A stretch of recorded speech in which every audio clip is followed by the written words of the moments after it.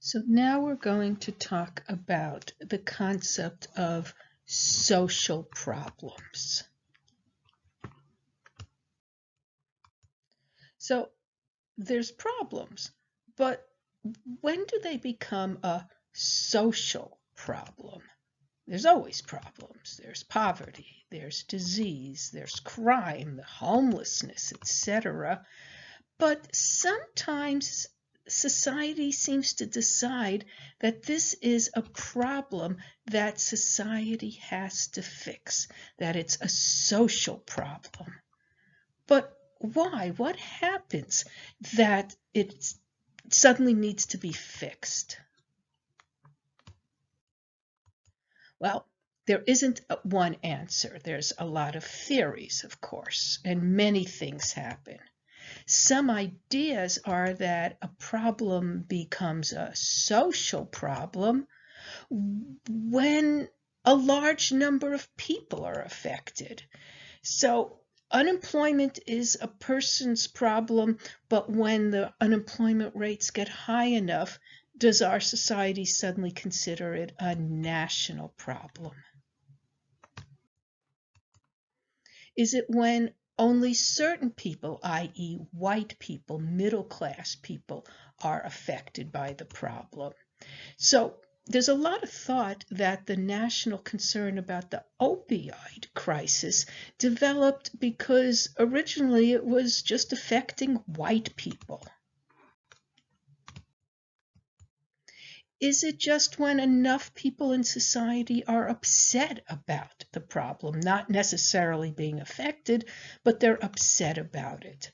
So there's always been bullying in schools. When did it become a national concern?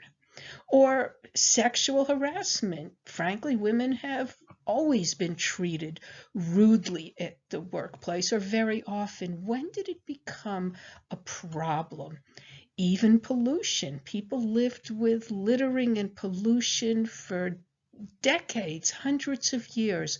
When was it considered a problem that needed to be fixed? Now, some say that it's the media and the news that makes it a problem. So there are people questioning, was crime as big a problem in the 1980s as everyone thought it was? Or was it just this heightened TV and newspaper blitz that made it seem that crime was everywhere? So these are just a few examples, a few ideas of why our society decides that something is a social problem, it must be fixed. But why does this matter so much? Because when our society decides that this is a problem that must be fixed, this will lead to new laws. They may be laws about sexual harassment. They could also be laws like the war on drugs that led to thousands of people being incarcerated each year.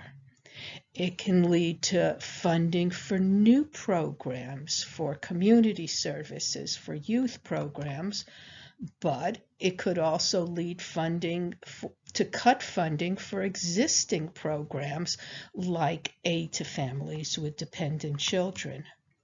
And sometimes these changes can do a lot of good, and sometimes not.